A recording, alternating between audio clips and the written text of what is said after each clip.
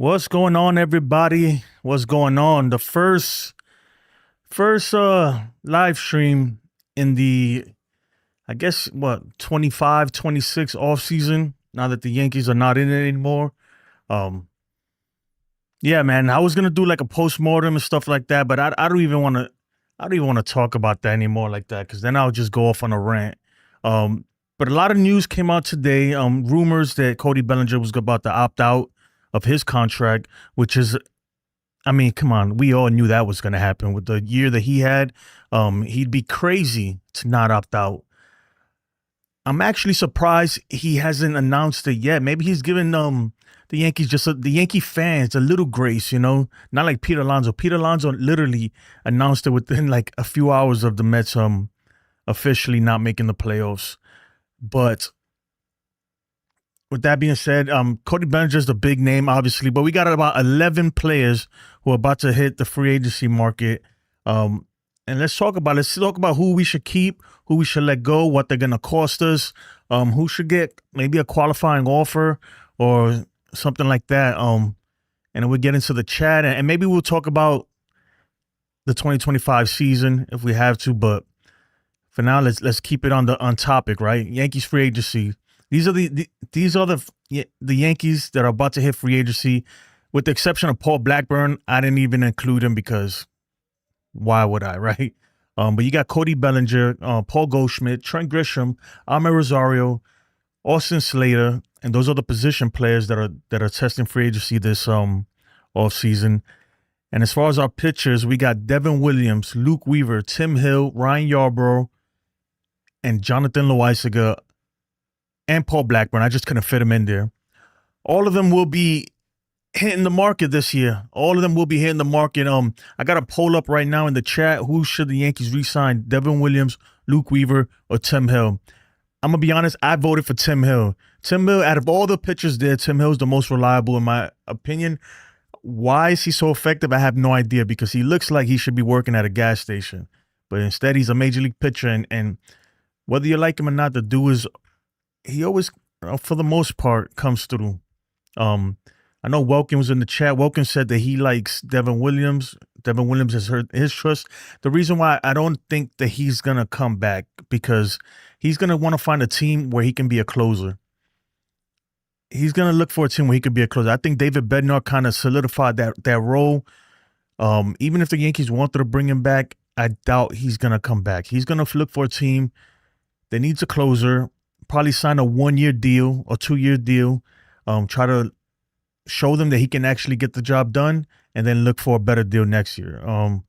He kind of pitched his way out of a big contract more so than Luke Weaver. Luke Weaver pitched his way out of some money, but not as much as Devin Williams. Devin Williams literally, he fumbled the bag big time. He was looking to get maybe not Tanner Scott kind of money, maybe not Edwin Diaz kind of money, but up there at that. If he would have had a good year with the Yankees and remained the closer throughout, he would have been getting a huge bag. Instead, he's looking for a team to take a chance on him where he could prove himself and then hit the market again. And I'm sure he will find a team, because towards the end of the season and even in the postseason, he pitched well. I got it game 4. Not so much maybe, but he'll find a team to take a chance on him. But we're gonna let me switch this over here. What am I doing here? I got too much going on. All right, so this episode we'll keep it more primarily focused on Yankees that are hitting free agency, and then maybe soon we'll have a episode on all of MLB's free agency. Why do I have this here? Okay. All right, so I mean, the biggest one, look, everybody here on this list can pretty much can go. With the exception, I say Tim Hill, because he's a huge lefty that we need, and he's been solid for us. Me personally, I think you got to try to keep Cody Bellinger, even though he's going to cost a lot. It depends on the price, though, right? If he's willing to take at least some kind of discount for us, then we gotta retain him. And I liked Ahmed Rosario. Let me know what you guys think. So to me, Cody Bellinger, Amin Rosario, and Tim Hill are the ones that I'm trying to keep around. I'm trying to keep those guys around. With Devin Williams, I would take another chance on him, but I don't think that he wants to be here, and I don't think that he wants to be a setup man or regular reliever. He's looking for a closer role. So Cody Bellinger, right? I mean, to me, the market on him is going to be like 5 years, 30 million. That's what he's going to be looking for.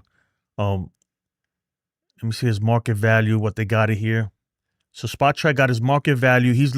They got his market value 6 years, 30.4. I'll tell you what, a team might give him that. A team like the Mets, maybe, who needs a center fielder, who desperately needs some outfield help. I could see a guy like Cody Bellinger. I could see them, throwing some money his way. There's gonna be teams going after him. 6 years, 182 million. That's kind of too much, though, for me. At that point, I don't know if the Yankees do that, man. We really want him back, right? I think the fan base mostly agrees that we want Cody Bellinger back. He's kind of everything we've been lacking for a long time. Except, and I'm gonna get to a point that Woken made earlier. But he's been everything we've been lacking. He's defense, two strike approach, hitting well with runners in scoring position. He hits lefties, even though he is a lefty. He hits lefties well. Plays multiple positions. And he's a gold glove anywhere you put him. I really feel like you could probably put him to play freaking third base as a lefty, and he'll be a gold glove there too. He's just a great baseball player. But, and there's a big but. The big but is, he's had some down years. And with a year like this, Woken made a good point that he thinks that next year will be a down year for Cody Bellinger. And not only that, too, he didn't perform the way we wanted him to in the postseason, right? His 1 year with the Yankees, he didn't perform. So, in the postseason, right? He had a great regular season. In the postseason, he was pretty much non-existent, with the exception of some few catches, and some few bloop hits in the wild card series. But versus Toronto, he really didn't do much. Really didn't do much. So I'm not sure like what's his numbers totally, like lifetime in the postseason. You guys can pull that up, as you can see, like Real Bill P did. But I think the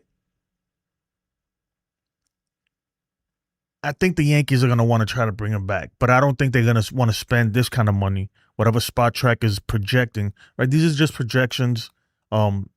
This is not set in stone, but if this is what he's looking for, that's a lot of money, right? A lot of money. I like him a lot, but I don't know if you've seen what Kyle Tucker's been doing the past few days in the postseason. I get it, he didn't have a great year. I get it, Kyle Tucker didn't have a great year, but man, for 10 more million, you can get Kyle Tucker. I don't know. It's just something to think about. My thing is this, right? With Cody Bellinger. Let's say the Yankees decide, or let's say the Yankees can't re-sign him, right? Let's say we can't agree to a contract or whatever. Then what do we do, right? At that point, which is the next topic, which is Trent Grisham. What do you throw a qualifying offer at him? What if he takes the qualifying offer or doesn't take the qualifying offer and finds a deal somewhere else? Then that leaves us with a big hole in the outfield, right? I'm not against putting the Mingus out there, but I really need him to make huge improvements during the offseason. I know he's going to play in the Dominican Republic. Supposedly, he's going to probably play some winter ball, which would do him well, too, I think, for Dominguez. And then at that point, though, the outfield is what do you do? I guess you got to, that opens up a lane for a guy like Spencer Jones, right? But I think if they do re-sign Cody Bellinger, or if they sign Tucker, right? If they sign Tucker, he would have to move from right field. He's got to play center field or left field, and I don't think I want him at center field. So he's gonna have to agree to playing left field, and then center field. Then you have a problem because well, you could probably throw in Jason Dominguez out there and see how he does, but then that kind of where's the lane for Spencer Jones at that point? Or do you have the both of them platoon? Um, so it's interesting how Cashman and the Yankees are gonna navigate this off season, because you got a lot of people coming off the books, some money freeing up. I know everybody says the pitching staff is like solid, but after this run that we just saw versus Toronto, are they really that solid? I don't know. I'm not saying they got to go out there and get a pitcher, but they got to shake things up, man. This team got to shake things up big time. And then you're gonna have Ben Rice, I guess, playing first. Is he your first baseman? And do you live with that, right? See, that's the good thing with a guy like Cody Bellinger, because Cody Bellinger can play first as well. So it's gonna be interesting what the Yankees do, and we got to free up first. We got to free up the DH spot. We got to free up the DH spot. I don't think they're gonna let Stanton go. I know a lot of people are like DFA Stanton. That's probably not gonna happen. I'm highly sure that's not gonna happen. Stanton still has value to him, but he is blocking that DH spot, and we need it. We need it for guys like Rice. We need it for Judge, right? Who knows what's gonna happen to Judge this offseason? I don't know how his elbow's doing. We haven't heard anything. Hopefully he's good. We'll see though. So that's Cody Bellinger, guys. Let me know in the chat. Should we sign or pass, right? Let's put us sign for signing him, pass for pass. But on the assumption that it's gonna cost us a good 180 million, 150 to 180 million dollars for 5 to 6 years. Let me know what you guys want to do about that. So that's that. Who else is on the list? We're gonna skip Paul Goldschmidt, because Paul Goldschmidt's 39 years old. He started off strong, but I think the Yankees, the fact that they barely played him in the ALDS, I think the Yankees are ready to move on from him. I don't think they're gonna take another fly on him. I don't. And that leaves, and I think they want Ben Rice out there. Ben Rice got a lot of work to do, because he's got to get better. He's got to get better at that position. Yeah. So that puts us. I think the next one, since we already talking about the outfield, is Trent Grisham. Put this back over here. Let me look at the market value, and look, these are all projections. Nothing's really concrete here. And they also show the comps. They got comps like Willie Castro. Willie Castro is going to be a free agent too this year. I don't know if the Yankees, if you're thinking about getting rid of Volpe, take a look at that one, right? Anyway, that's another conversation. We're going to have the off season. There's going to be a lot of content to be had, because we got a lot of conversations we need to have. We got to have the Volpe conversation, which I may get into a little bit. But maybe I want to do a whole episode just on free agents, because there's a lot of free agents that's going to be out there. Some big names and some low-key names that the Yankees could do. And there's some options to move Volpe, right? There's some options for that. All right, but Trent Grisham, right? Obviously, 34 home runs. Somebody pull up Trent Grisham's stats if you don't mind, if you can. And after, you know what? Before we even get to Trent Grisham, let me say what's up to the chat, because you guys are killing it there. And I see my man NFE in the building, and all you guys. We got Welcome in the building. Was good. Welcome is in love with Devin Williams now. Okay. Yeah, Trent Grisham, 34 home runs, 74 RBIs, 800 OPS. His on base percentage was crazy too. But like, do you expect him to have? Are you gonna pay him for these numbers, right? That's what you gotta start asking yourself. I don't think he could put up something like this again. I just don't. But who knows, right?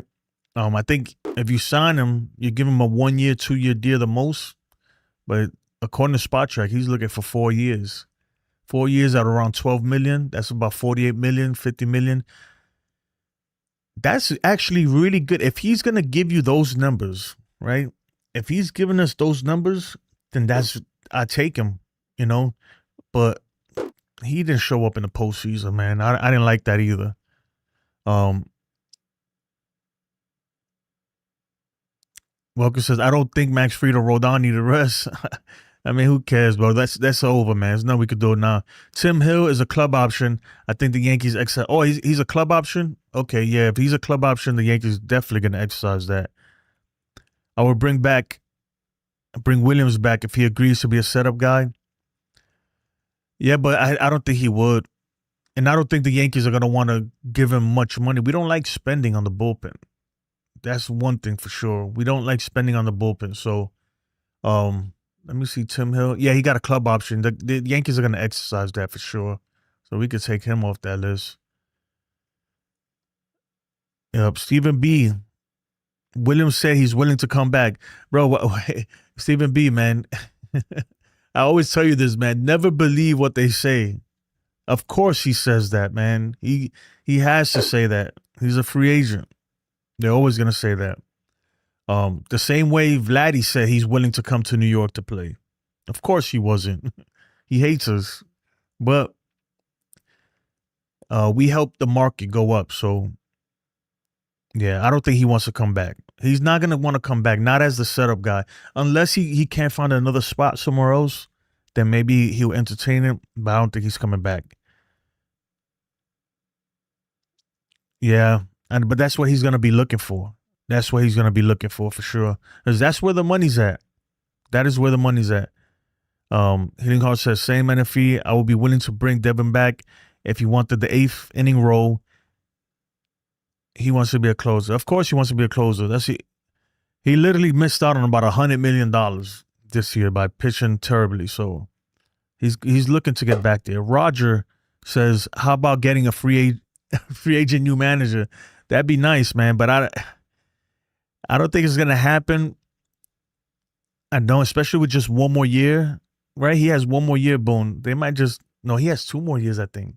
I don't know. They might just, and you know what it is? You can already see the narrative and the media's pushing that it's not his fault. It's not his fault. And I can see where, and I hear both sides of the argument, right? But, like, dude, we haven't won in 9 years. What's the measure? How do you measure success, right? Because people say, well, he's a successful manager. Well, it depends on how you measure success. Because the way we measure success in Yankee world is by World Series rings, right? And he ain't got none. And if you look at the track record, man, we've been every year, man, in the postseason, we fail miserably. So, and I'm not saying it's all him. And there's a whole thing with Susan Waldman. I made a short about it that she says that he's in lockstep with the analytical department. He believes that stuff. But what are you gonna do, man? I don't think they're gonna get rid of him. I don't. I show speed. What's up, man? What's up, man? I show Latino speed. This dude's the Latino speed.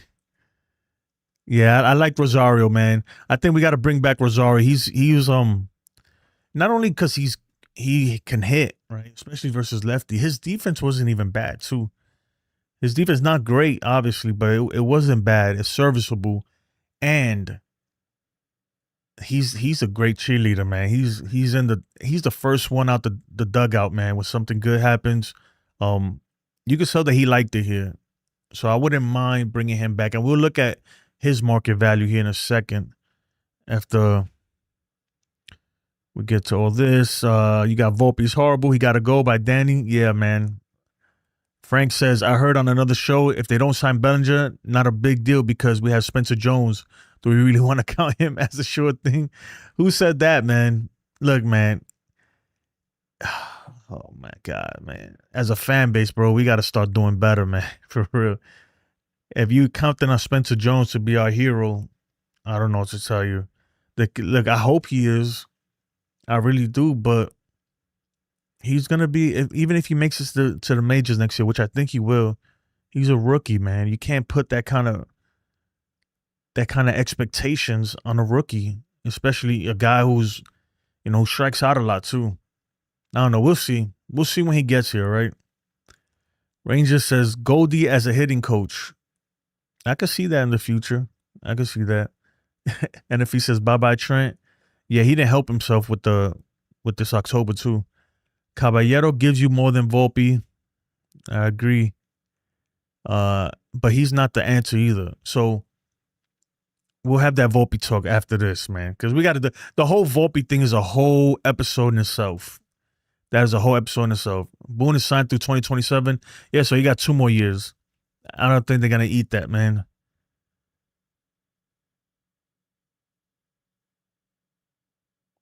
I mean, it could be. You're right, but I don't even look. They need to get rid of these guys now, for the simple fact that it's not getting done. You know, the whatever philosophy, whatever they trying to do, it ain't working. We keep getting embarrassed, and whatever these other teams are doing is working, right? They're playing baseball, right? We trying to reinvent the wheel. Baseball hasn't changed in 150 years. You know, make contact, pitch well, play defense, and you'll win. Real Bill says the only report that I listened to about the Yankees is K. He's been there almost 30 years. He's on the inside period. Well, there's a few of them though. Him, Jack Curry, all these. You know, Susan Walbin knows people too. So when she says something, she's saying it because she knows she spoke to people about it. But yeah, so Trent Grisham, right? Let me know. You guys signing Trent Grisham? Will you give him this deal right here? Bring him back. I know a lot of people don't want him back, period. I think $12 million a year for 4 years. I think that's something the Yankees might do, man. You know, it's as crazy as it sounds. If Cody Bellinger walks and they want to be cheap, this is a deal that they might do. You know, offering 4 years, $10 million each. This is a Aaron Hicks kind of deal right here. Aaron Hicks kind of deal. That'll turn around and bite us in the ass later, but I could definitely see Cashman doing for some reason. But I pass, right? But here's the thing, right? That's what you're looking at, like 4 years. But that's what I'm saying. All right. So now you got to ask yourself the question: do you give him a qualifying offer, right? Because the qualifying offer is going to be like 21 million, 22 million. Right. And he might just take that for 1 year and then hit free agency again and get more money. So do you give him a qualifying offer and hope that he doesn't take it and goes and signs somewhere else and you get a draft or whatever? Or do you just let him go? Are you attaching a qualifying offer to this? It's pretty much what I'm asking you guys. And Stephen B says, I was going to get to that too. If you give it to him and he signs it, you trade him. But that gets dicey too. There's not a lot of value in that. There's a team that will want him. But you're probably not going to get anything back. So it's I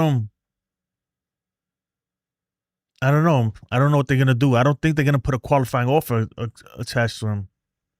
I don't think they are, man. I think they just let him go.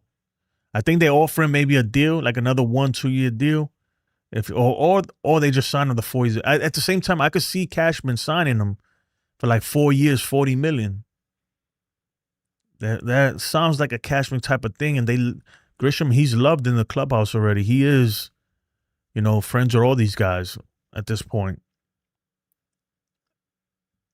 But I don't think they're gonna throw a qualifying offer on him. Or like Stephen B says, throw a QO on him. If he takes it, you trade him. But then you got to worry about trading him, because if not, you know, you're gonna have to trade him for pretty much nothing at that point.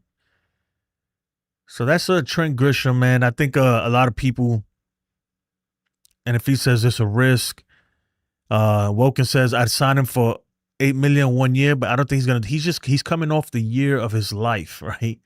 He's gonna look for something that he's gonna be good for the rest of his life. You know, he's not. I don't think he's gonna do a 1 year deal. He's looking for something, as much money as he can get, right?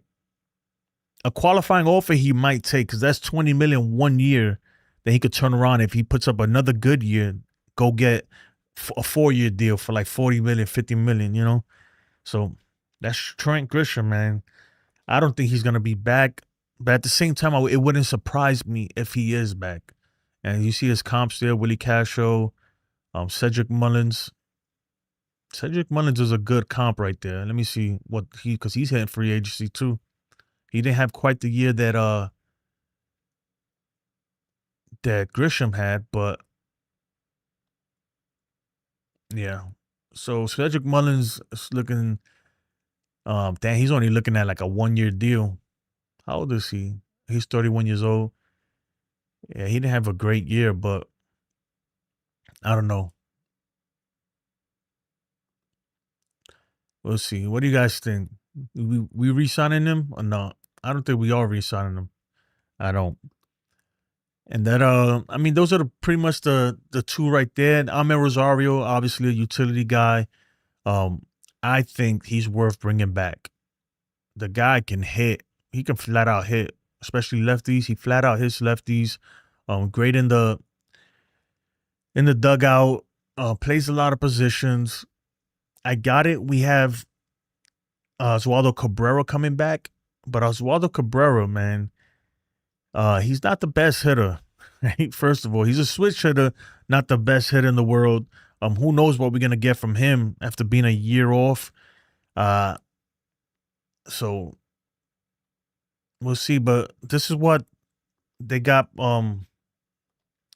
This is the projected market value for Ahmed Rosario. It's not bad. Look, if he signs another 1 year deal for $3 million, that is worth it to me, man.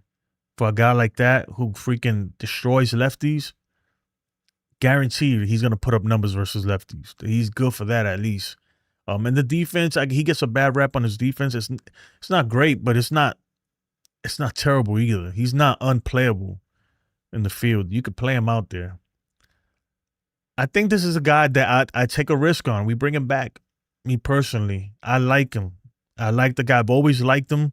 He's always been a solid hitter, and we need guys like that, right?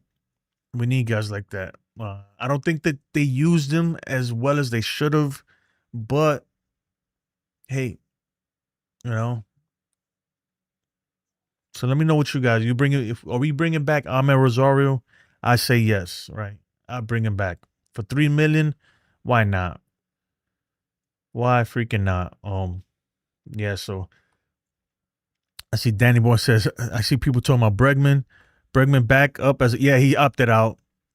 Of course he opted out. Man, yeah, let me tell you something. For those people that think that Cody Bellinger is not gonna opt out, unless they renegotiate, they're probably negotiating right now, right? With the Yankees. Cause I think he does want to be a Yankee. But when these Scott Boras clients are not playing around, man, they've been waiting for this for years, right? Alex Bregman didn't get the kind of deal he was looking for. Cody Bellinger didn't get the deal he was looking for a couple years ago. They've been plotting this. Pete Alonso, the same thing last year. They've been plotting this moment for a while now, and a lot of them, they all his guys too. Not all of them, but the majority of them had good years too. They're gonna opt out. They want their money. They want their money. A lot of people talking about Pete Alonso. You got Kyle Schwarber out there who's about to hit the market. We don't need no more DHs, right? We don't need no more DHs. So Ahmed Rosario, $3 million, 1 year. I'd do it. I would do it. I would do it. I'm gonna put this here, and let's get to some of these chats real quick, and then we'll continue. I'm not gonna do everybody. Austin Slater, I don't care about that guy, right? Paul Goldschmidt, the same thing. I think I don't see what role he would have with us. So next we're talking about the pitching. Obviously, Tim Hill, they're probably gonna exercise the club option, so he ain't going nowhere. Jonathan Loaisiga, he's done, right? I'm not talking about him. The main ones is really Devin Williams, Luke Weaver, Ryan Yarbrough. We'll talk about, but after we get to the chat, I see NFE says, I can see Cashman continuing his services as a senior vice president, and maybe someone else would be a GM. Yeah, and you know what's crazy? That I really was a fan of what he did at the trade deadline.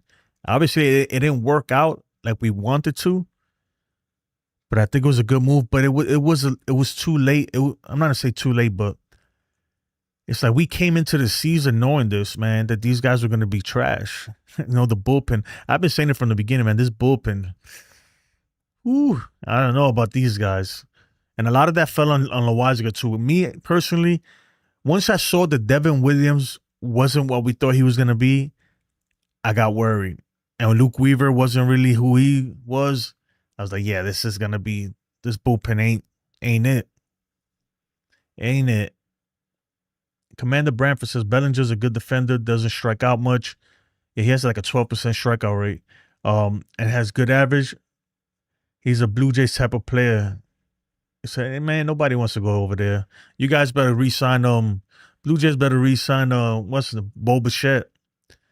Nobody wants to go to Toronto, bro. I'm telling you. You're gonna have to overpay. There's a Toronto tax. Canadian tax for you guys. Danny Boy, what's up, man?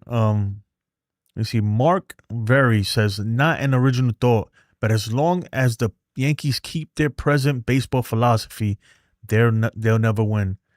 Yeah, man, we've been saying this for years, Mark. At this point, it's almost like, what do we do, right? As fans, they don't care. They're not listening to us. I'm gonna tell you right now, whether you support Boone or not, right? Everybody has their own opinion. I think the majority of the fan base wants him gone, right? For the sake of change. And I understand that some people are like, you don't make a move for the sake of change. Yeah, sometimes change is necessary, right? Change just for change is good at times. So don't let nobody ever say that that's dumb. No, it's not. And I'm telling you, I was in the military for a long time.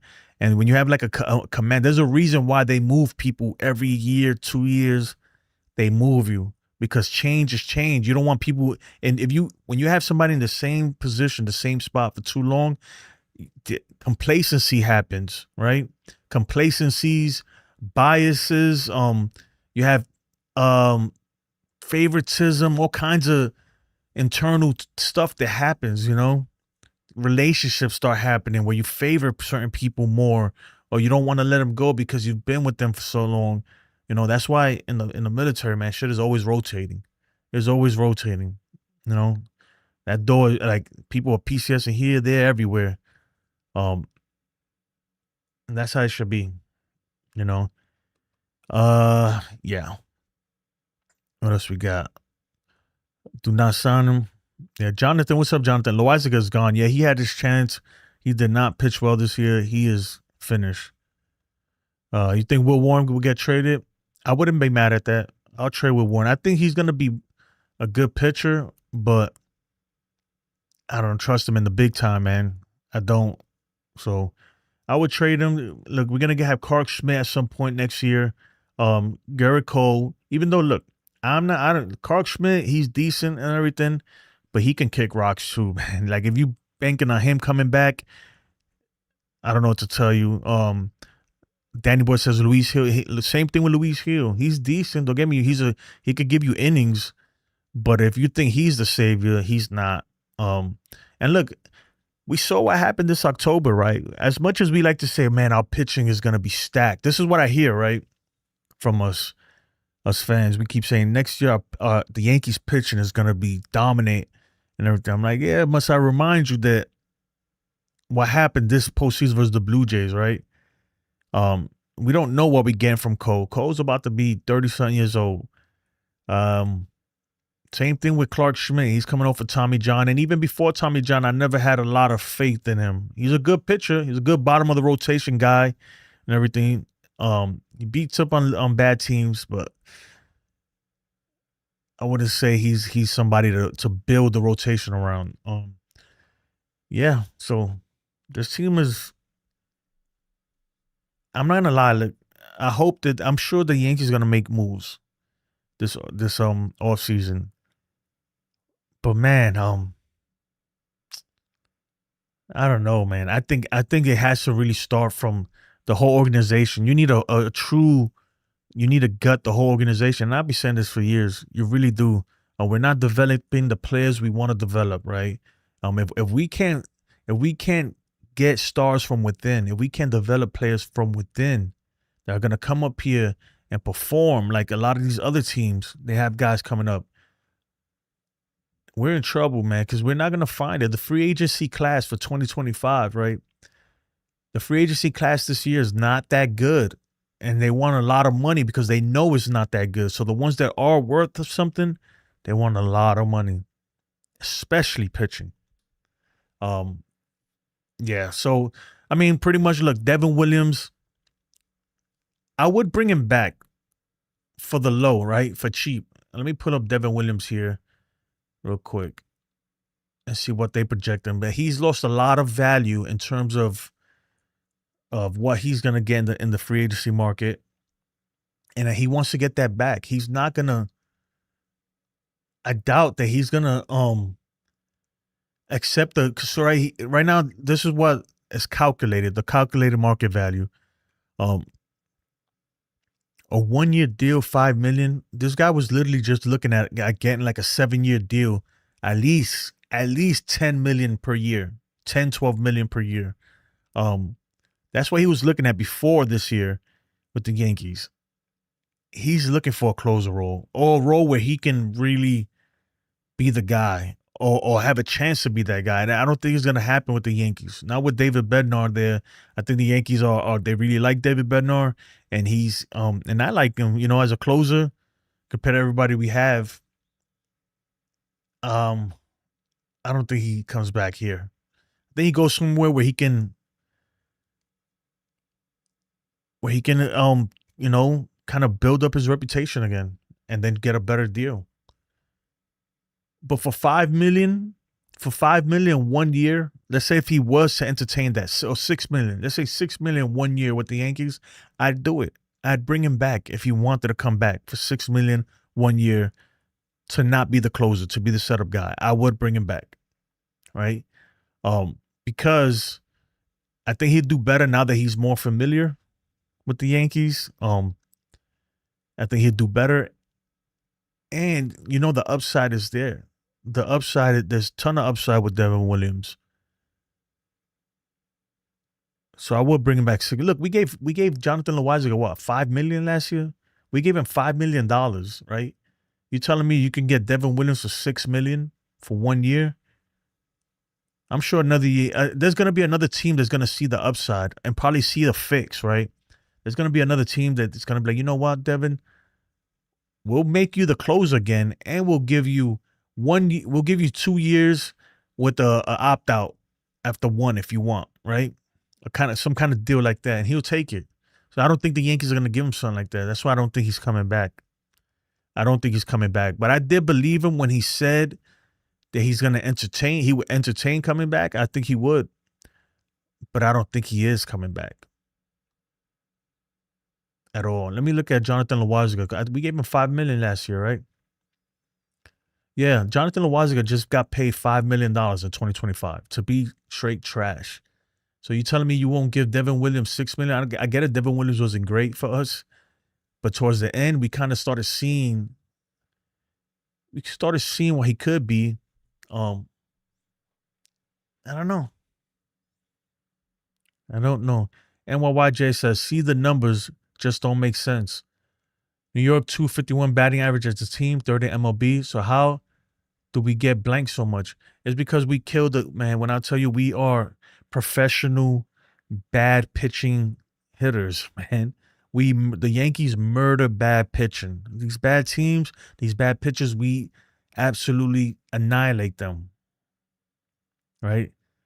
And then when we face some halfway decent pitching or a team that has a better scouting report and knows how to switch it up, and for some reason, I don't know what it is, but we can't hit a breaking ball, man. Just keep throwing breaking pitches and fastballs outside, and we'll strike out. Even the run difference, when you look at a lot of the numbers, man, a lot of the numbers this year were skewed because we beat up on bad teams. We just, plain and simple, we beat up on bad teams. Shoot. All right. The numbers do make sense. We do have two. Yeah, man. Real Bill says later, folks. Hey, man, take care, Real Bill. Take care. Nando, Conforto to the Yankee. Conforto could kick rocks, man. Nobody wants that dude. Tucker and Quan would be great moves for us. Hell yeah, that'd be great. That would be great, especially Quan. But I don't see it happening, man. Maybe a guy like Tucker could possibly happen. But it's going to cost a lot of money. A lot of money. Let me see what the score is, by the way. All right, top of the 6th, Seattle's leading 1-0. Okay. And what I just said, still will say Devin needs a third pitch. Yeah, he does. But he's a lot better when his fastball is good. When he can locate his fastball and throw it for strikes, he can get it. He can be you know what it is? The league figured him out. You know what they figured out with him? And as Pete Alonso and the Mets figured it out last year. Just sit on the changeup. Sit on the changeup, and that's all they did. That's why they've been killing him. They've been sitting on the changeup, sitting on it, and let the fastball go by. But the thing is, when the fastball when he can't locate it and he's not throwing it for strikes, and they sitting on it, he finds himself in bad counts. But if he could throw the fastball for strikes and locate him, that's when the changeup gets nasty, right? Because they can't really sit no more. They can't sit on it no more because he's like, okay. And that's when that changeup is nasty. That's the whole reason why it's called the changeup. It's a change of speed. But you're not changing speed if you can't throw a fastball for strike or put it somewhere, put it where you want it. That's the biggest thing. My man Ace is in the building. What's good, Ace? Says I'm almost at 6K. Yeah, I'm almost at 6K, man. I've been killing it with the shorts. Yep, I got 5,936. Almost to 6K. Yassine says they need a fire Boone and Cashman and add contact hitters in the lineup, in the Yankees lineup. Yeah, man, but the thing is, where you finding these contact hitters from?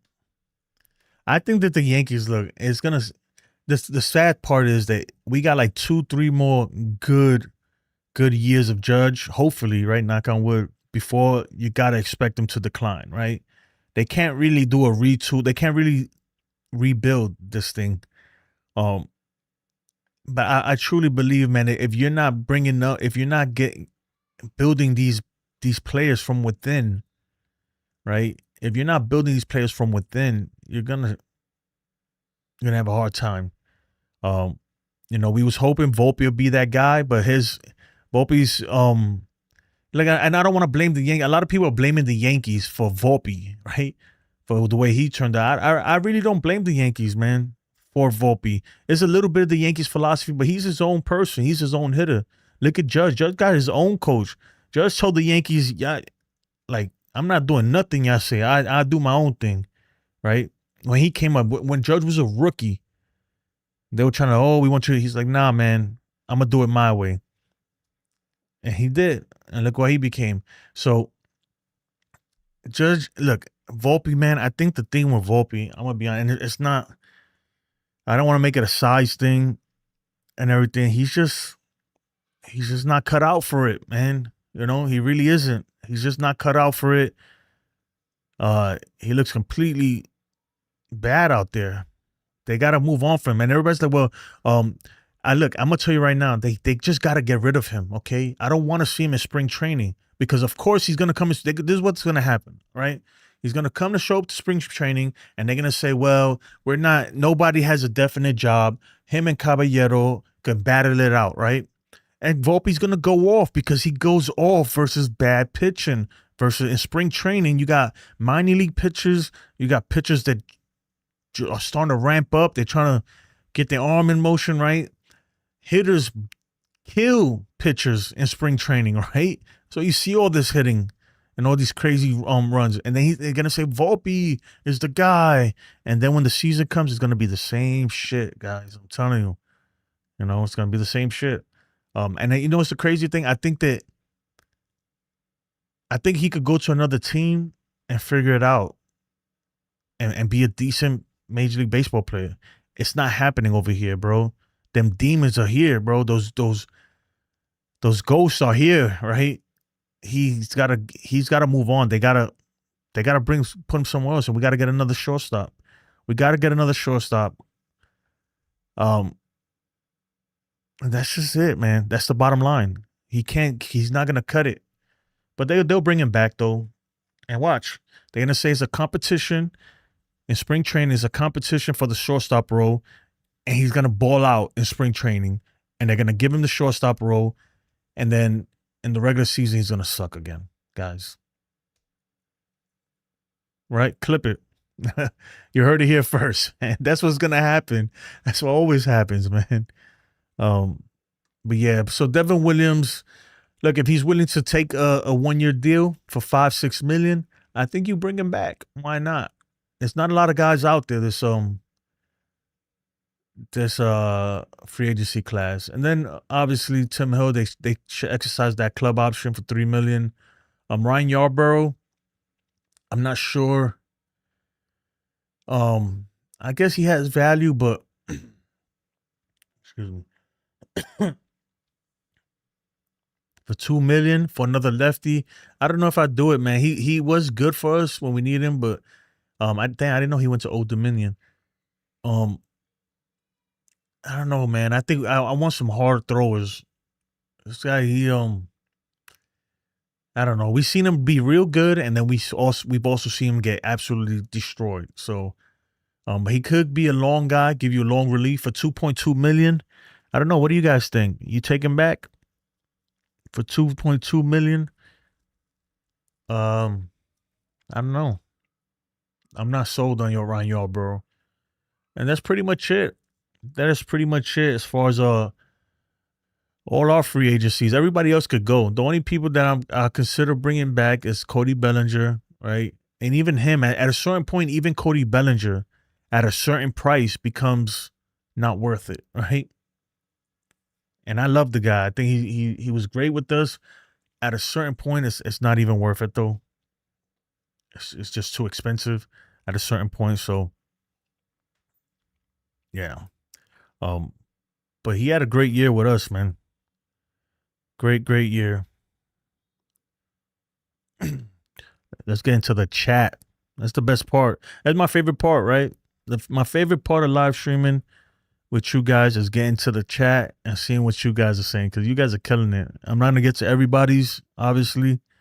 There's too many to get to, but yeah, Detroit is winning. Ooh, let's see. Detroit is winning. I'm not going to lie. I don't want to sound like a hater, but I'm going for Detroit. Just because because I feel like if the Mariners win, then that'll be used against Judge's MVP thing, right? They're going to say, well, they made it farther. You know, he got them farther than Judge did. Right. That's what they'll say. And it's not what I'm saying. That's what they'll say. Woken thinks Bellinger's too expensive. Hold on. Too expensive. I don't see how we can justify paying Bellinger's opt-out Boris contract when he is a dead player in October. Yeah, I think he heard it. Guys like him and Trent Grisham, they left a sour taste in our mouth. Pause. We're not performing in October. Them not performing in October really, for me personally, it made me change my perspective on them as a Yankee and whether I want them back or not. Like again, Cody Bellinger, I do want Cody Bellinger back because as we just watched in the top 5 plays that I put, I really feel like that play he made versus the Mets was a season-saving play. And he's been probably our second best player on the team, but at what price, right? At what price? And I don't think he's gonna have a as good of a year as he had next year. So I don't know. And then you got a guy like Kyle Tucker out there who, you know, I get it. He didn't have his greatest year, but neither did Cody Bellinger in Chicago. Chicago's a tough place to play, especially for a lefty. It's a tough place to put up power numbers at. Chicago. Right field is like 350 feet down the line, right? So if you're a lefty, your numbers are going down in Chicago. So I still think Kyle Tucker I think he could still be Kyle Tucker that we know, but I don't know, man. I don't know what the Yankees are gonna do. I know what I want them to. I want them to go all out, right? But they're not. Especially going into 2027. 2027, if you've been sleeping on the rock, is when the Players Association and the owners, they have to come up with a collective bargaining agreement, and that's not going to be good because both sides want different things, and there's going to be a standoff, and I don't know how you avoid a lockout. So with a lockout coming, do teams really want to spend a lot of money, right? Or sign players for crazy contracts and stuff like that. We're about to find out though. And what YJ says, the problem with the on the same page front office, manager, analytics department, they don't force the team to be gap to gap guys. Yeah. I'm pretty sure you guys all heard the Susan Waldman thing. Have y'all? If not, I'll play it here in a second. Where is it?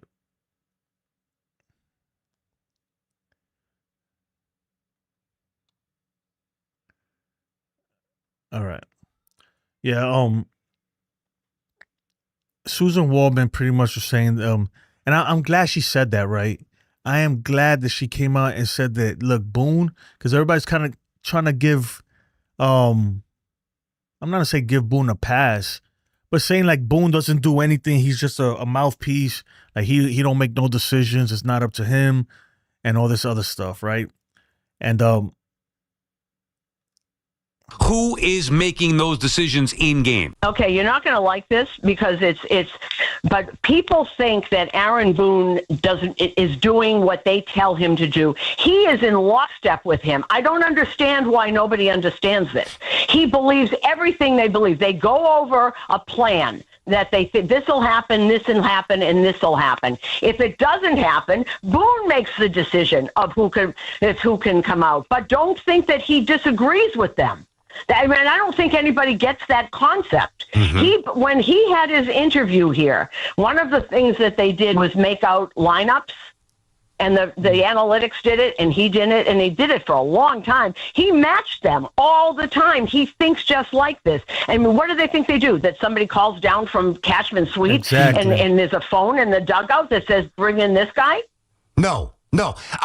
These decisions, in game, they're his. But the plan is that whole group. It's a group. Mm-hmm. It's not somebody sitting upstairs and coming down. It's together.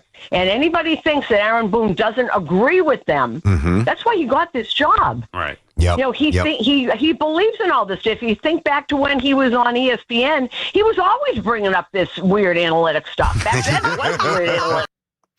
Yeah, I mean, and look, I'm glad she came out and said that, because this is what I've been saying for so long. Because everybody's trying to say like, oh, he don't make no. I'm like, look, maybe before the game they're like, hey, we like these matchups and everything. But once the game starts, it's on him. I don't see Cashman going out there calling, bringing out a pitcher from the bullpen. He could do whatever he wants once that game starts. You know, he's not. You know, he's the one that turns in the lineup to the umpires and stuff like that. So I don't buy it, right? I just don't. I think that she's right on, right? And Susan Waldman, from what I've known of her, obviously I don't know her personally, but she's always, to me, has been a straight shooter. The same way, she's always been a straight shooter. She's always kept it real. And if she's saying stuff like that, it's because she knows. She's been with the organization for a long, long time. She knows people in the deepest offices in there, people that've been there forever. She has good relationships with all these people, I'm pretty sure. And if she says something, it's because she knows that. You heard what she said, that when Boone interviewed for the manager job, they asked him. That's what they said. They said put together, like they gave him a scenario. It was like put together a lineup, right? This is the scenario. What's your lineup? And his lineup matched theirs, right? With the analytics, it was a match made in heaven. They probably came up with a lineup, and his was the same. And they were like, oh. He thinks like us, you know? And I believe it, man. I believe he does. So I say that to say this, man. And I hate talking about it because nothing's going to change, but it has to. It's time. It is time when the majority of the fan base wants you out. When the majority of the fan base says, man, we need change, and they just turn a blind eye and they don't listen to their fans, it's not going to end well, man. It's not. I get it, right? We don't know everything. We're just fans and all that, but we are we're the ones that, without us, right? Without the fans, then it's just another team, right? So I don't know how, if you happen to be listening to this, you got to make the move, man. You got to freaking suck it up and make the freaking move. You just have to. What's up, Katie? Katie says, how's everybody doing? We're doing good. We're doing good. I'm not going to lie, yesterday, right? I don't know about you guys. And now we'll get into more some post-mortem type talking stuff. Yesterday, I woke up just knowing that that's it, that there's no more baseball, no more Yankee baseball until, March? I'm not going to lie, I was down. I felt down the whole day. I felt really down. I was like, man, especially me, like, and a lot, I'm sure you guys too, you have your routine, but like doing this YouTube stuff and then watching the games, I had a little routine, and every day is the routine. And yesterday, I wanted to come on yesterday, but I was like, man, like, it's no game. It's just not the same. Even watching regular baseball, I was watching the Phillies versus the Dodgers, which was a heartbreaking end, right? That was worse than even the Yankees ending. So shout out to the Philly fans, man. That must suck. And I'm watching that game and I'm like, it's just not the same, man. It's definitely not the same. I just don't know where this team goes from here, right? I don't know who can they bring to change things, right? If they're not going to change the managerial positions, right? The people that's running this team, then obviously it's going to be players. Who can they bring, really? Who is out there that can be a difference maker on this team that could really, move the needle, so to speak? Who out there can move the needle? And I don't know if there is just one person. I think that this is where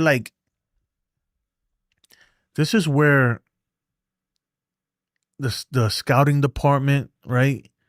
Cash, they gotta be working. They gotta have the inside scoop, especially these scouts out there. They watching all these players, because there's a lot of good players out there that is just what the Yankees need.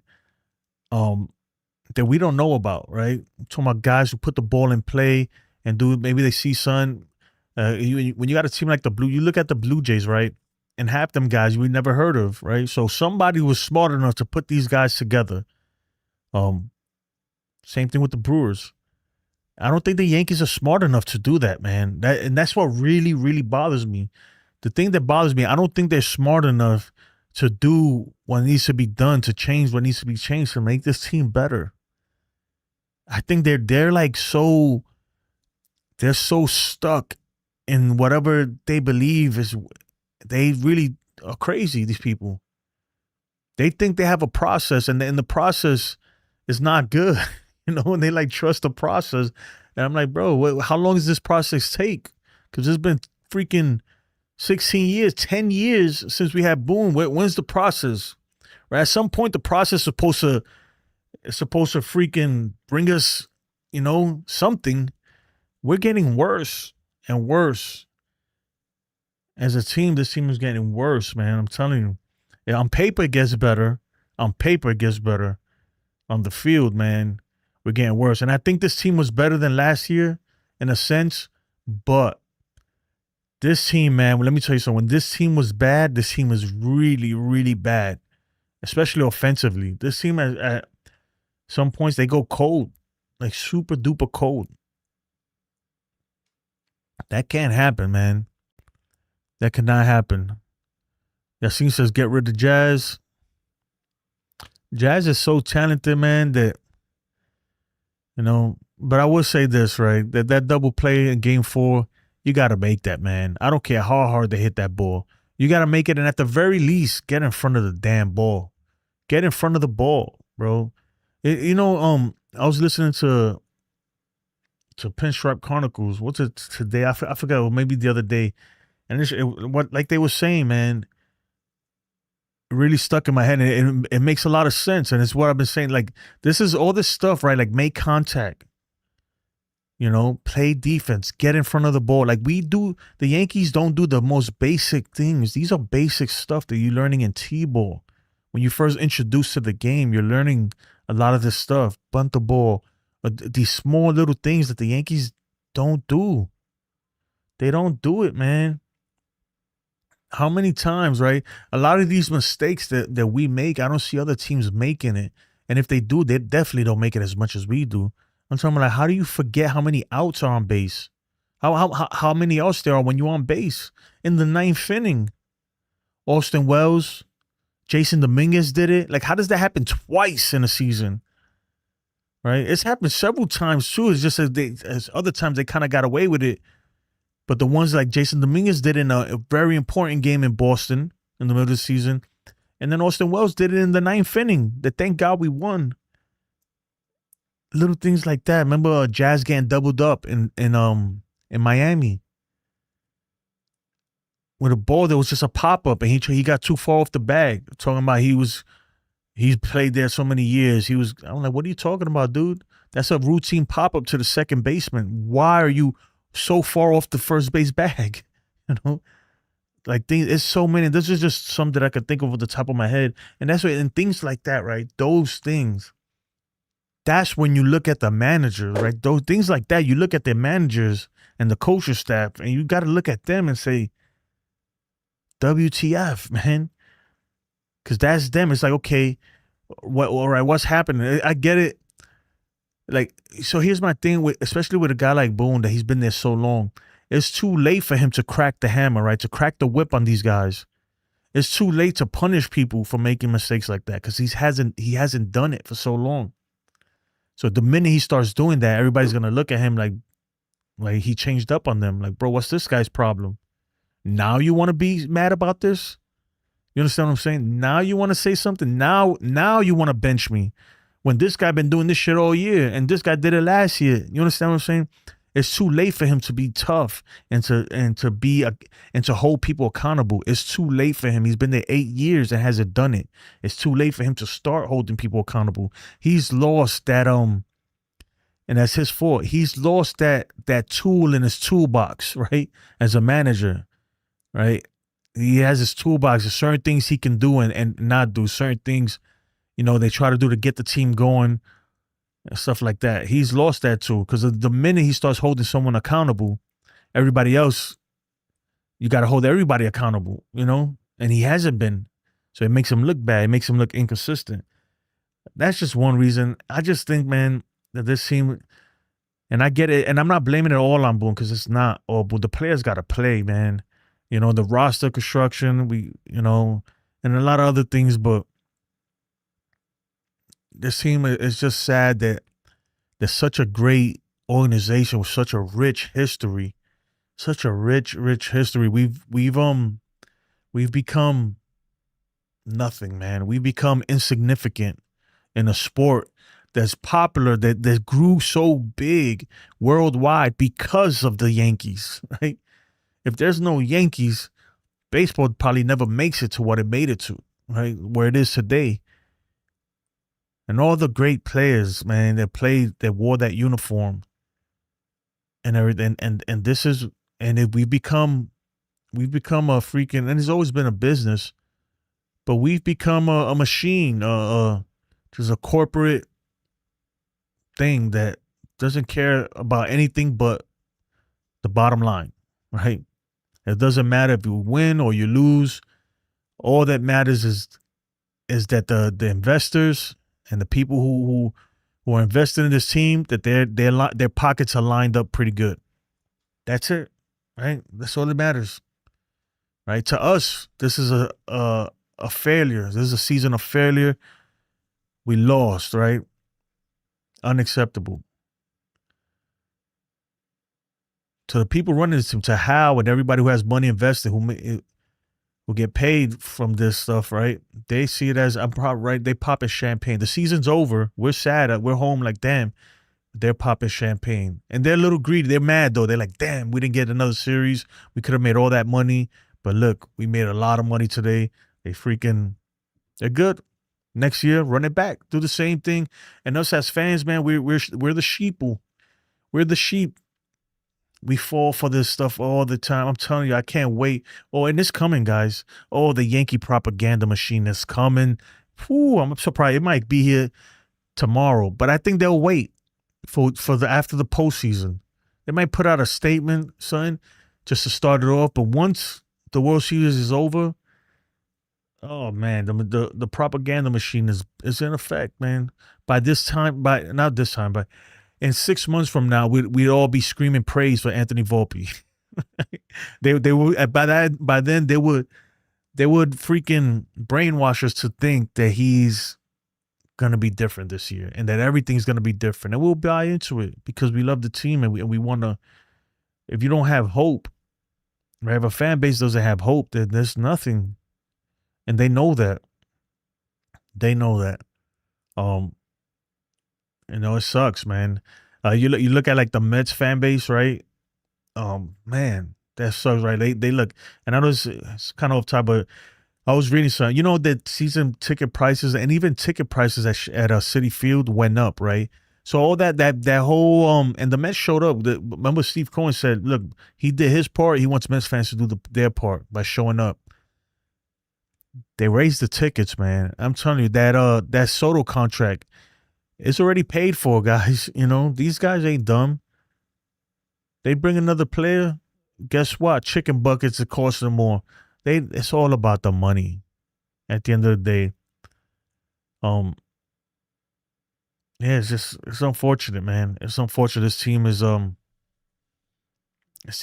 this we're a laughing stock. I've been saying that. I said this last year. I said this year before. We're the butt of all the jokes in the MLB and all the other fan bases. All 29 other teams and their fan bases, they love to see us suffer. They want us to lose more than any other team. They don't care. They don't care if they win or lose as long as we lose. As long as we don't win, they're good, right? And the Yankees are okay with it too. That's the whole thing that kills me. We've gotten so accustomed to losing that it's become okay. It's okay to lose. When you're doing it all the time, it's like it's okay to lose. You'd be surprised if we actually win. Where when I was coming up, especially in the 90s dynasty and everywhere, where we won so much that it wasn't, when you lost, it was like, wait, what? This is not supposed to happen. I remember in 97 when the Yankees were, because the Yankees won 96, right? In 97, they came back and they lost. And I remember being like heartbroken again, like, oh my goodness, And I could tell the team, you could see it in their faces that they were like, this is not supposed to happen. And the next year, that's when we got the 98 Yankees, arguably one of the best teams ever.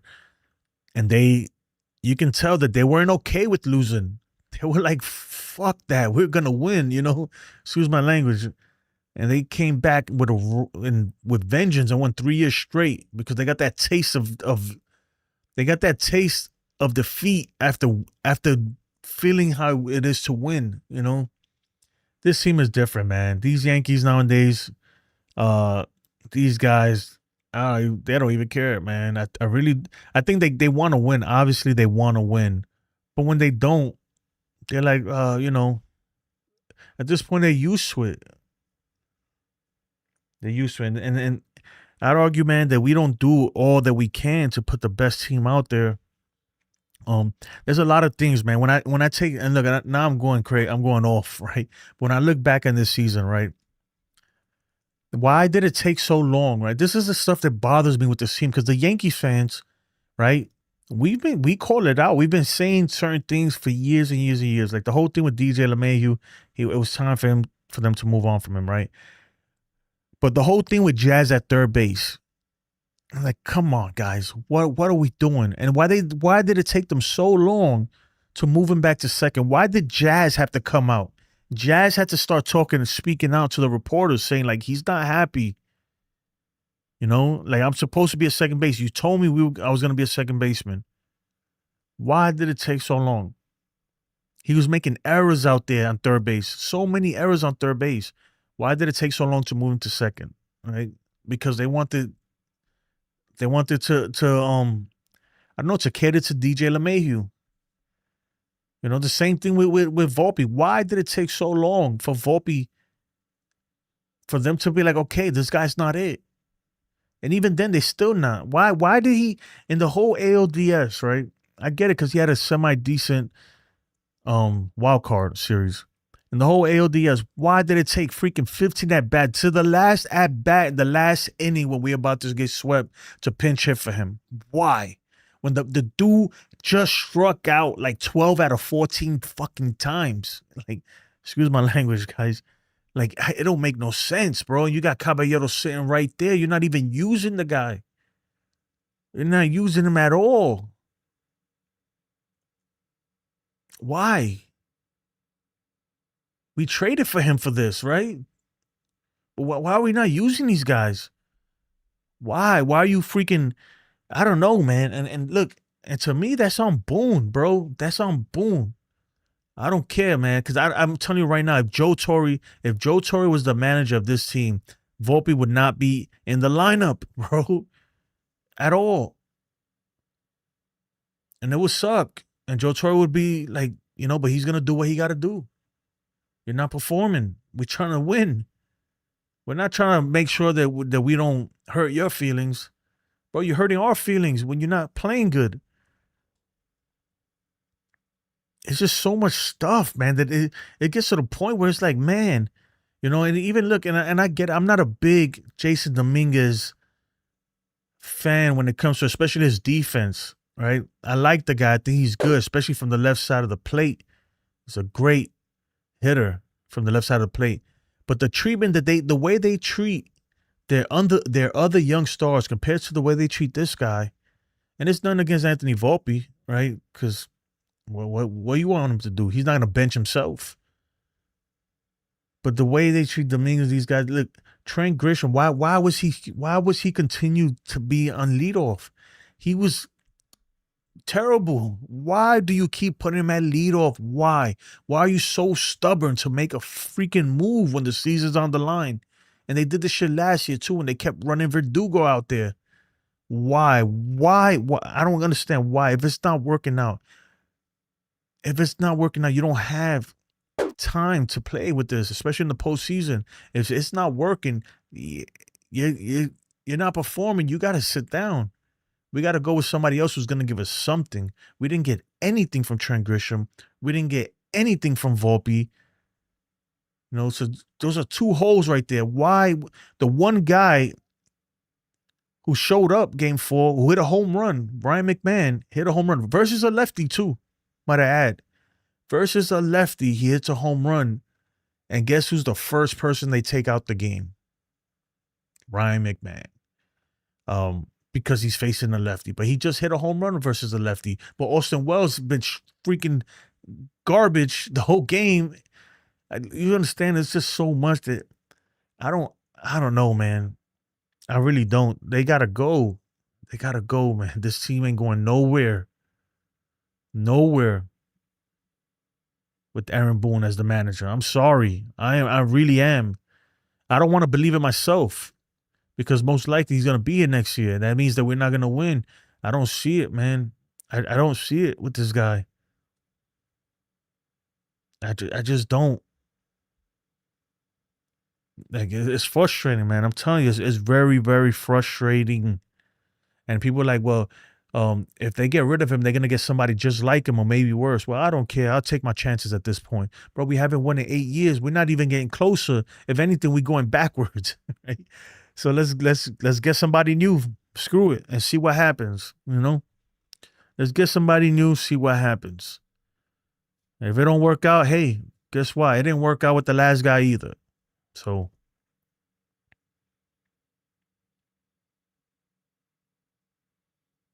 look, I'm talking about it will only be right to win one World Series for him. Can Yankees build a championship team?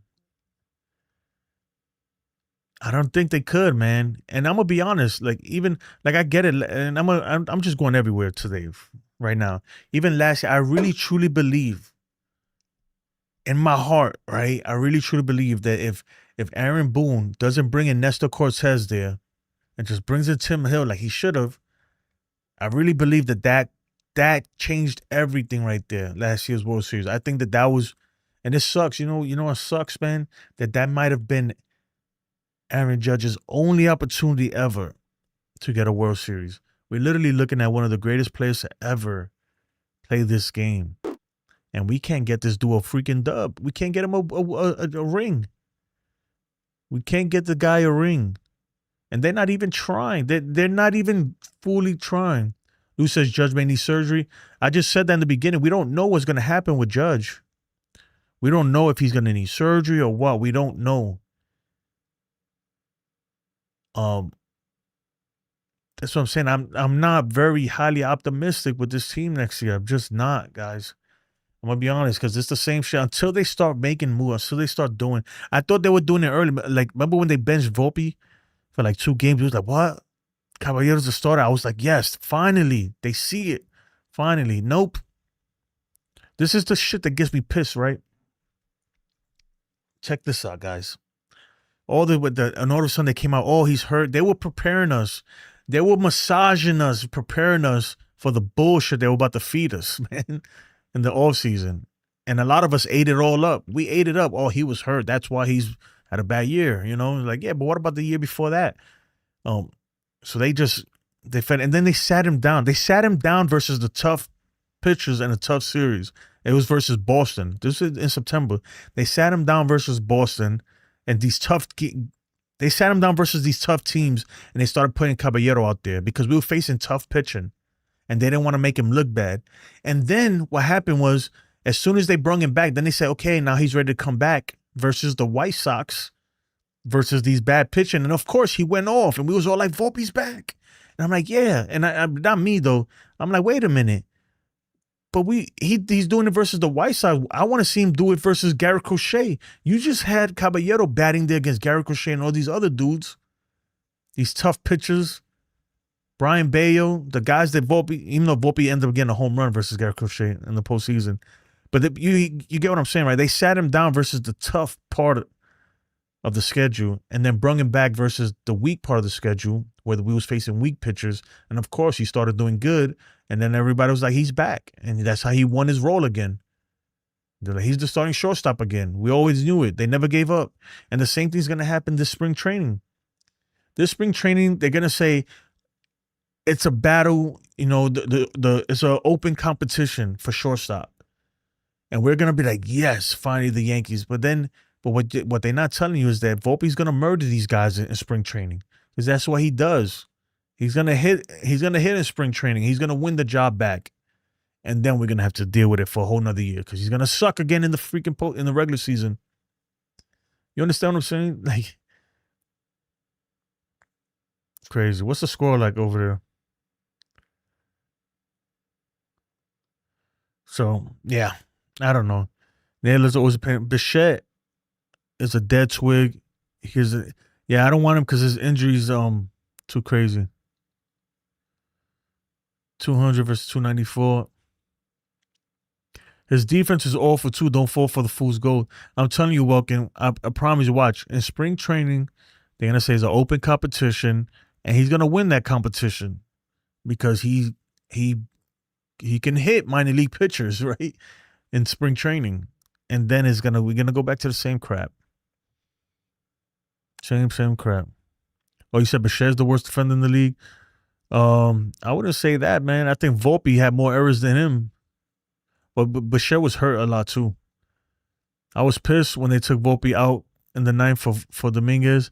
I was like, really, boom? And now you said, well, yeah, it didn't make no sense. And it was just like, okay, why now, bro? You know, like the time to do it was so long ago. Like, why'd you wait so long to make that move?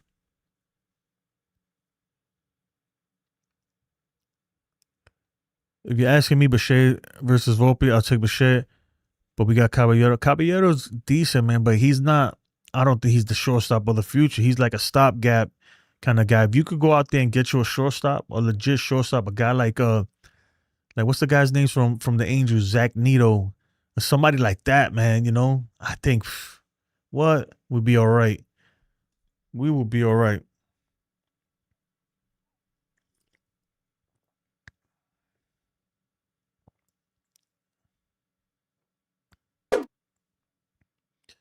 Jose Caballero.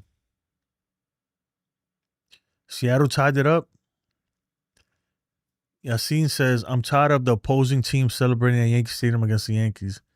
Yeah, man. Did you see that when they were popping the champagne, they started playing the Frank Sinatra? just a spit on the face, man. And we can't do nothing about it. We just got to take it. You know, the whole Yankees lose and everything. And I mean, look, they won. They could do whatever they want.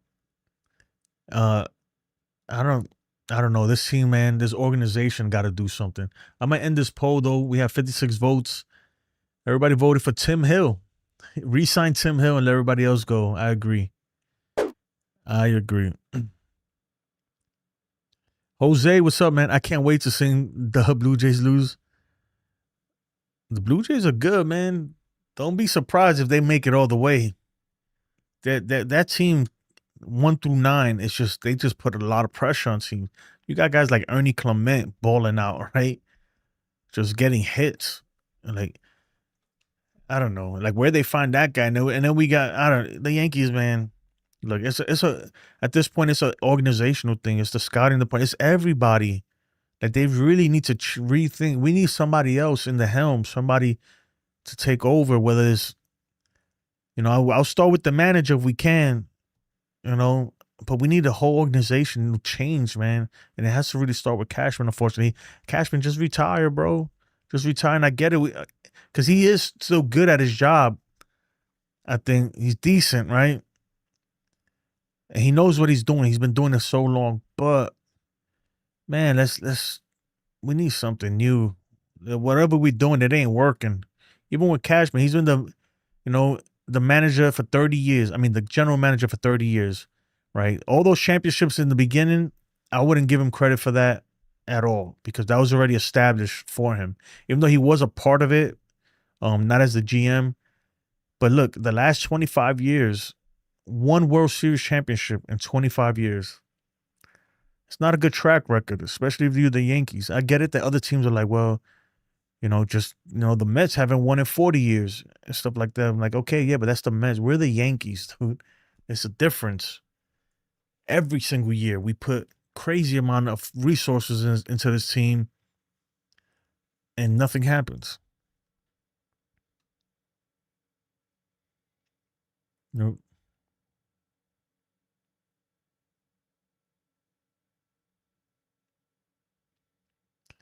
Clement came from the Guardians with Straw and Jimenez and Bieber.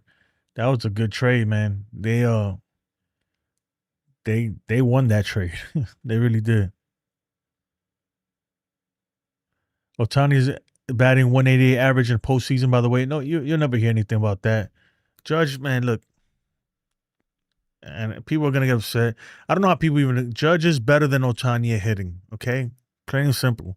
It's not even a debate anymore. I don't even people... The only people who even argue that are the people that are just absolutely brainwashed. There's nothing you could tell them. Otani's Jesus to them, you know? Hassan Kim career. Yeah.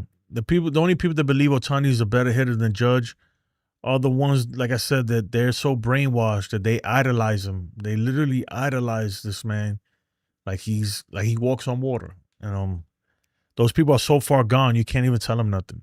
You just got to look at them and say, okay, okay, what are you gonna do?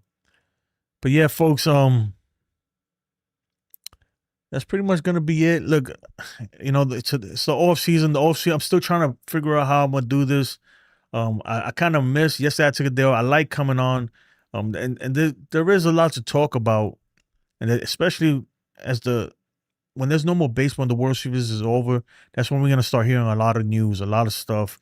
Even gonna hear a lot of things behind the scenes with certain players. I'm sure there's a lot of news that's gonna go on, but I'm gonna keep coming on, right? I'm gonna try to do it every other day, if not every day. Just speak my mind. And it's a lot, and there's a lot of free agents out there to look at. Trevor Story is another one who's about to hit free agency. How old is he though? I think he's pretty up there, right? But that's another guy that's in free agency. That's a lot better than Volpe. But this year he did better. He has some tough years though with Boston. Yeah, he's old. Josh Naylor, yeah, Josh Naylor at first base or Boba at first. I don't think Boba first base.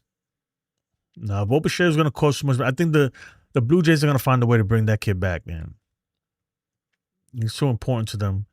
Josh Naylor at first, it'd be crazy. But we got Ben Rice. Then what do you do with Ben Rice? You know what I mean?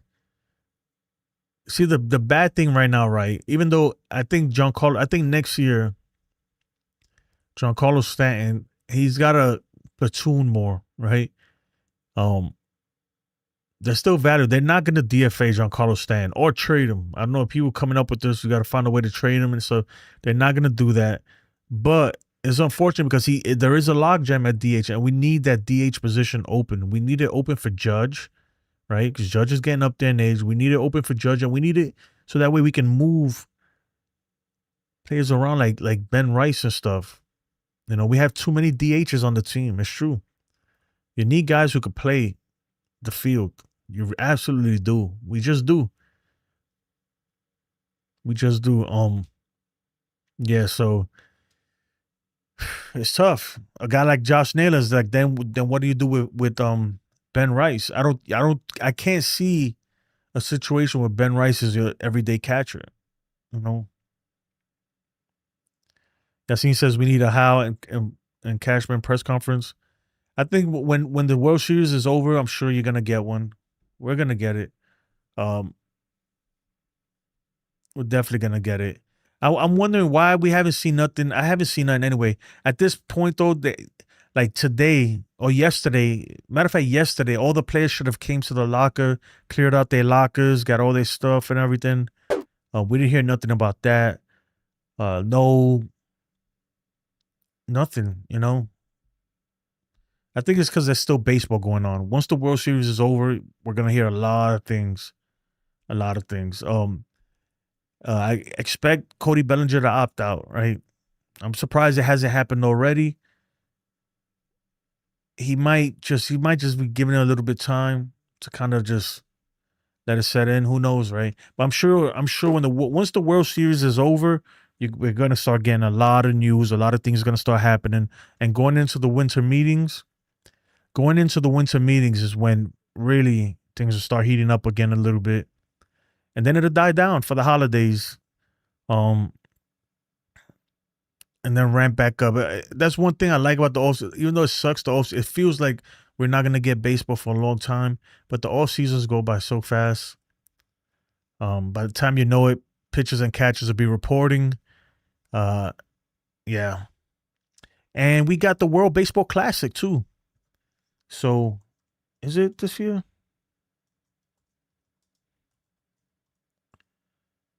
Yeah. We got the World Baseball Classic. It's going to be fun, all right? We're going to get baseball. I wonder if Judge is still going to do that. I wonder if he's still going to do that because, you know, with his elbow and everything. Maybe he doesn't, just plays DH or something like that. He's on. It's announced. I know they were trying to get him on. But it wasn't sure. Like it wasn't 100% yet if he was going to do it or not. So I don't know if he's on the team yet or not. I know that they were trying to get him on though. Wells is Dominican, by the way. If you did not know, you know what? I got some questions too, some trivia. Let's knock out this trivia real quick. Remember A, B, C, or D in the chat. These are free agency trivia questions. Luis Arias. Where is it? All right, guys, y'all ready? Lou will win. Nah, these are harder, man. Which pitcher did the Yankees sign on December 31st, 1974, after a contract grievance made him a free agency? Made him a free agent. Damn. A. Catfish Hunter. B. Goose Gossage. D. Ron Goodry. C. Don Gillett. I never even heard of that guy.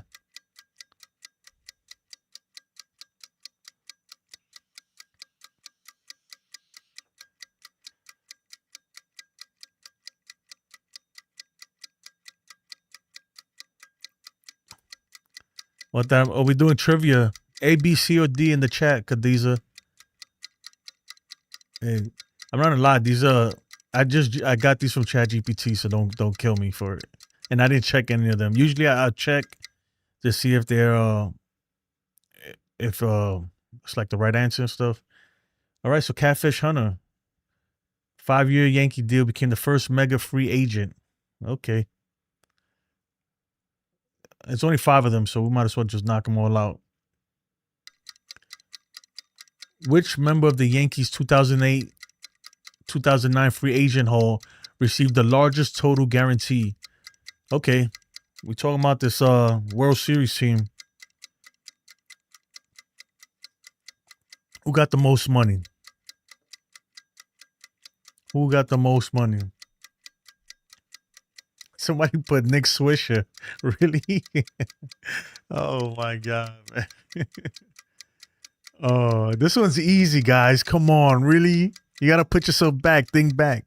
Rewind time. NFE. Oh, you sounded. You got it too late though. Lou. It's Mark Teixeira, guys. Come on. We get at the time, man. It was like the most money we'd ever given anybody. Yeah, 8 years, 180. CC. Oh, CC got 7 years. Damn, that was a lot of money. I think at the time? No, it was the most money we'd given anybody in a single contract. I think. Or was it Giambi? I might be thinking about Jackson Giambi. I don't know.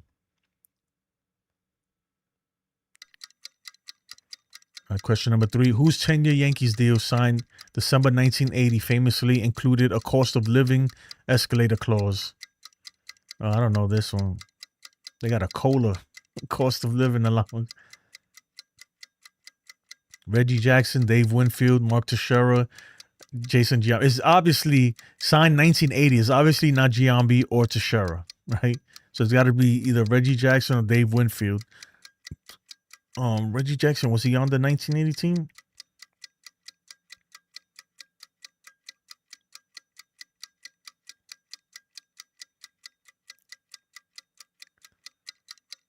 Everybody's going with Dave Winfield. I think I'd go with him too. A 10-year Yankee deal. Reggie Jackson have no 10-year deal. Yep. The escalator helped push Winfield's salary higher each year. That's not a bad idea. It's not a bad idea. Not deferring, but that's another way. Another way to kind of. I think that's probably better than deferments. You know, Lou's cleaning up. Let's see. Hold on. Where's the thing? Okay, Lou got 475. NFE is right behind him though. We got 2 more questions with 439. Frank 293 and Khadija 269. All right, 2 more questions, guys. Who was the Yankees' first $100 million free agent signing? The first $100 million contract the Yankees gave away.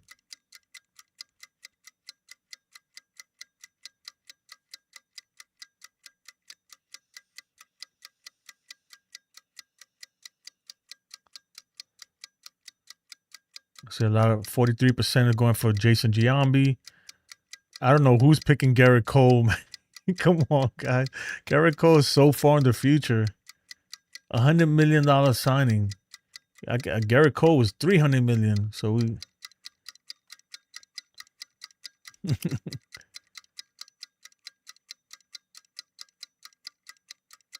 Jason Giambi signed for 7 years, $120 million in December 2001.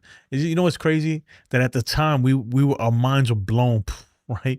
I remember when A-Rod signed for $252 million. I was like, what the hell? Like it was mind blowing that somebody got that much money. Now that's like a bargain. That's a freaking bargain these days, you know?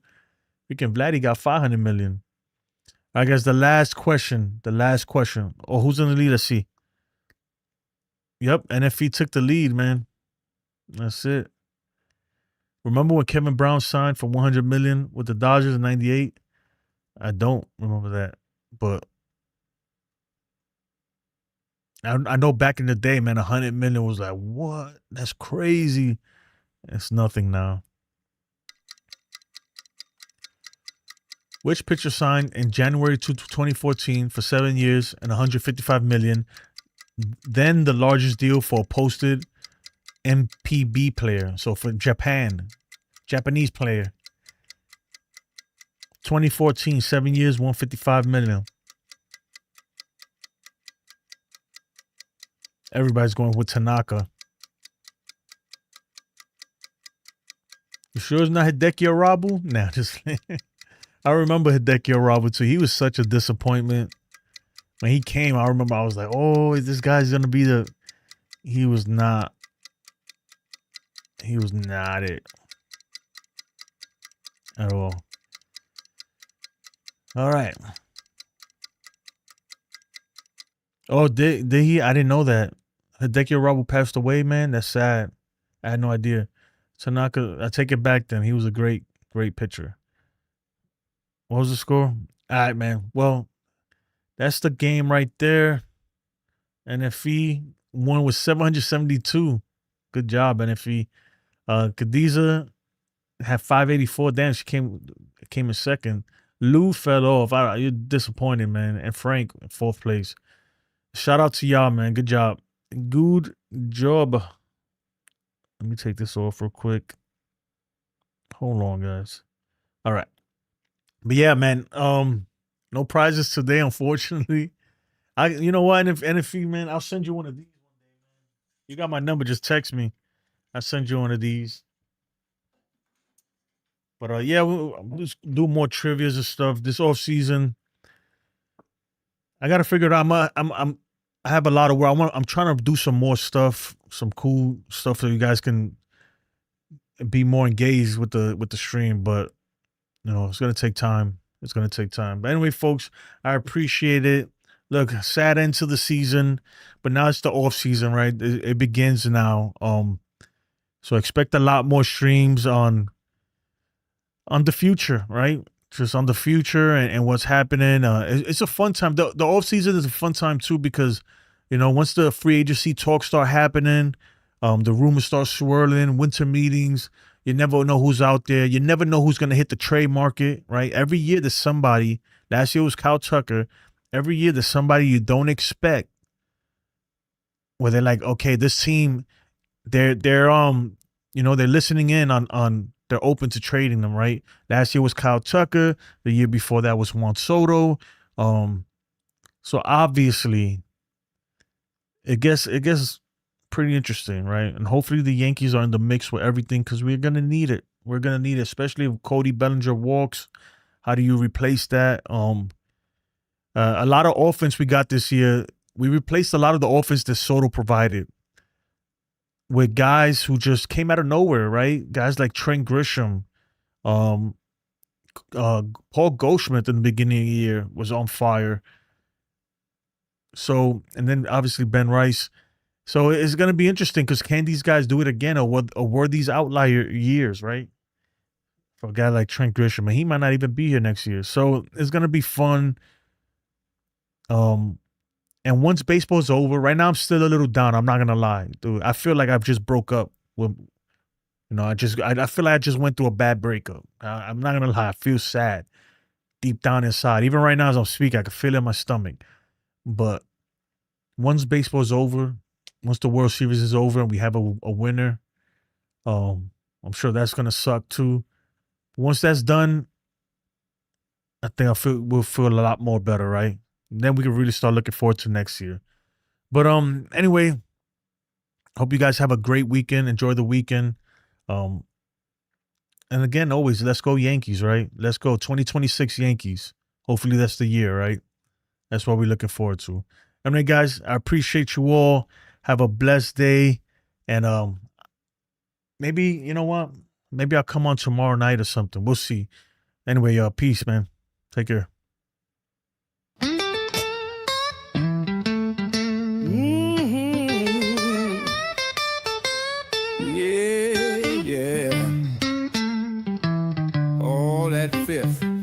That fifth inning done broke my soul.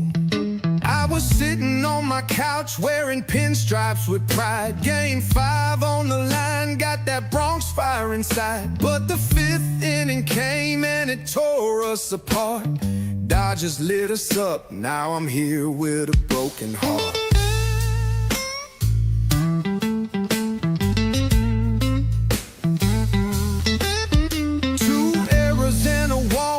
The vibe turned cold. Then Garrett Cole froze like his fire done rolled.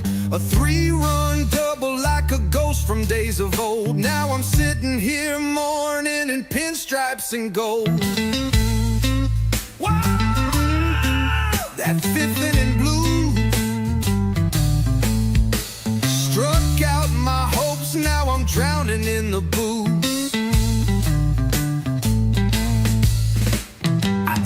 My friend said turn the game off, man. He said we still got time, but I just can't understand. They took our thunder, they stomped our flame. Now the whole damn Bronx feeling nothing but shame. Oh, that 5th, that cursed old 5th, took our shot at glory and tossed it off a cliff. Yankees fans crying in that World Series miss.